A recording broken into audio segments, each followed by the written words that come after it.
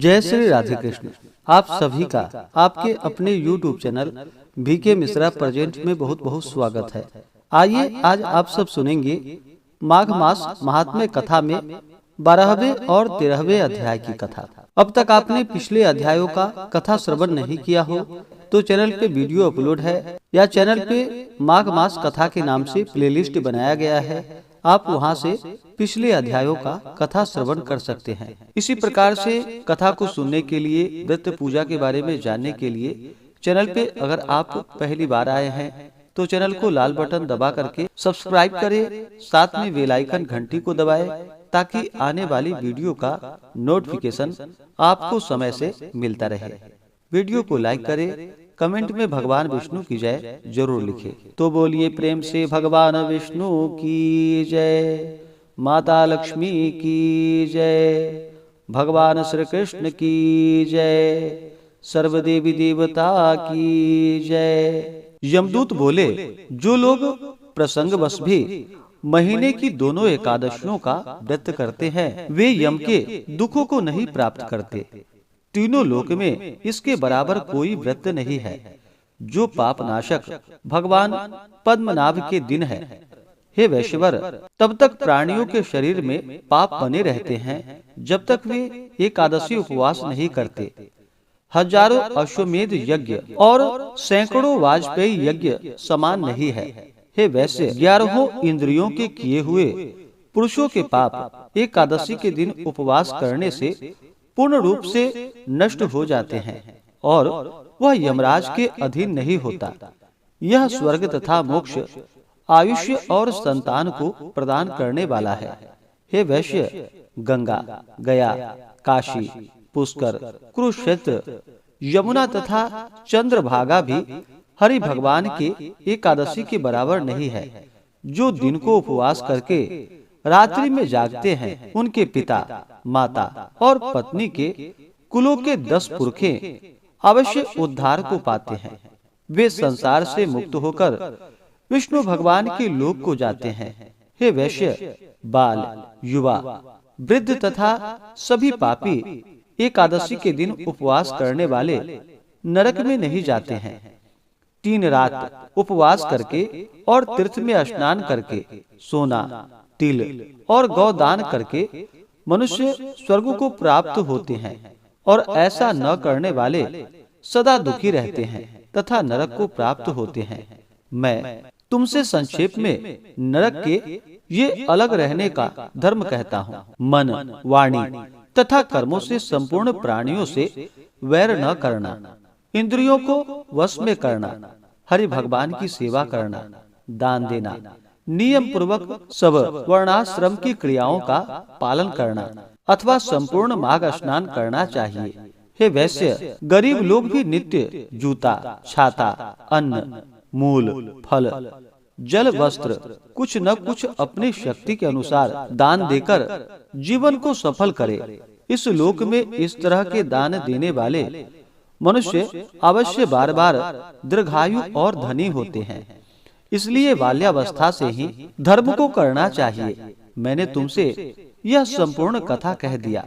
अब इससे अधिक तुम क्या सुनना चाहते हो? इस प्रकार से श्री पद्म पुराण के अंतर्गत माघ मास महात्म्य कथा में वशिष्ठ दिलीप संवाद का 12वां अध्याय पूर्ण हुआ।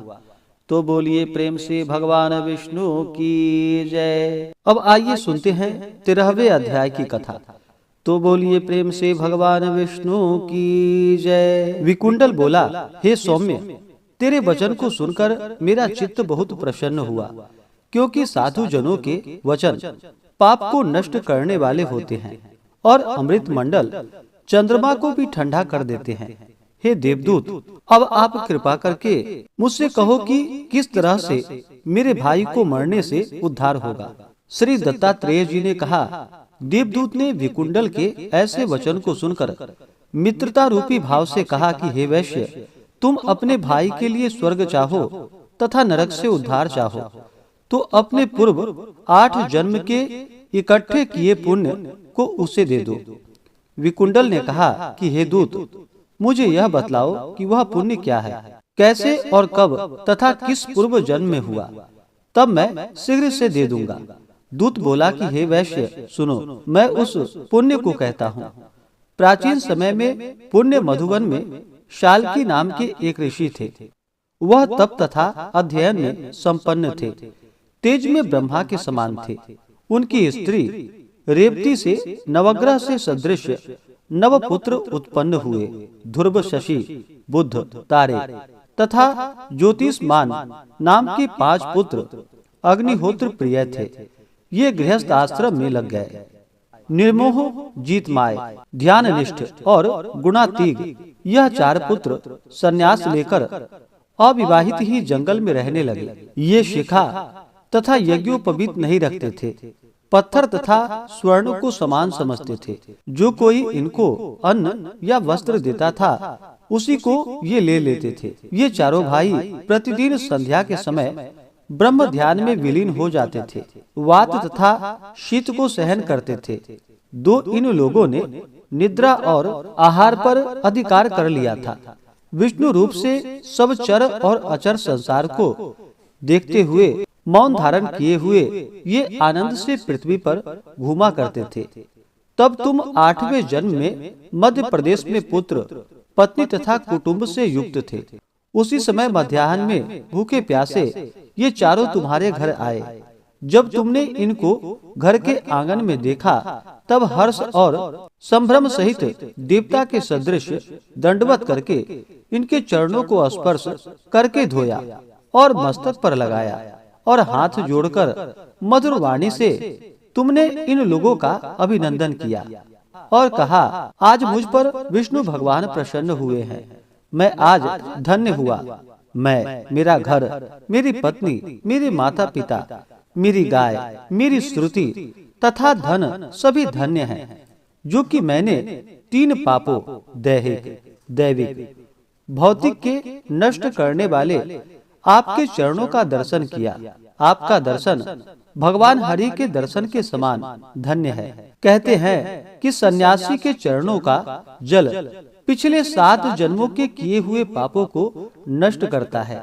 गंध, अक्षत, पुष्प, धूप तथा निराजन से संस्कार किए हुए रत्नों से पूजन करके तुमने इन सन्यासियों को भोजन करवाया। परमहंसों ने प्रसन्न होकर रात में तुम्हारे घर में विश्राम किया तथा ज्योति स्वरूप परब्रह्म के ध्यान में लग गए।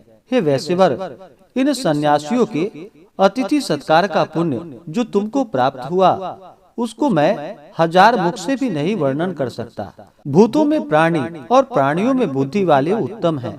मतिमानों में मनुष्य और मनुष्यों में ब्राह्मण उत्तम हैं। ब्राह्मणों में विद्वान, विद्वानों में पुण्य करने वाले और पुण्य करने वालों में ब्रह्मवादी उत्तम हैं। सत्वगुणी ब्रह्मवादी गृहस्थ के घर में विश्राम करने से उसके जन्म जन्मांतर के पाप क्षण भर में विनष्ट हो जाते हैं। यदि नरक से विमुक्त करना चाहते हो तो अपने 8वें जन्म का पुण्य अपने भाई को दे दो। दूत के ऐसा कहने पर विकुंडल ने अपने भाई को वह पुण्य दे दिया। तब वह नरक से निकल आया। देवताओं ने इन दोनों पर फूलों की वर्षा की और वे स्वर्ग में गए और दूत अपने स्थान को चला गया।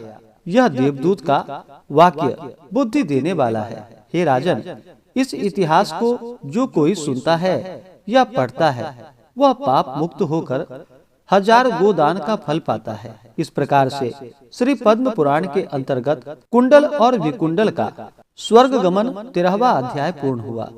तो बोलिए प्रेम से भगवान विष्णु की जय, माता लक्ष्मी की जय, भगवान श्री कृष्ण की जय, सर्वदेवी देवता की जय। इसके आगे की कथा जो कि आप अगले अध्याय में सुनेंगे। इसी प्रकार से कथा को सुनने के लिए, व्रत पूजा के बारे में जानने के लिए चैनल पे अगर आप पहली बार आए हैं तो चैनल को लाल बटन दबा करके सब्सक्राइब करें, साथ में बेल आइकन घंटी को दबाएं ताकि आने वाली वीडियो का नोटिफिकेशन आपको समय से मिलता रहे। वीडियो को लाइक करें, शेयर करें। सुखी रहें और स्वस्थ रहें। जय श्री राधे कृष्ण। धन्यवाद।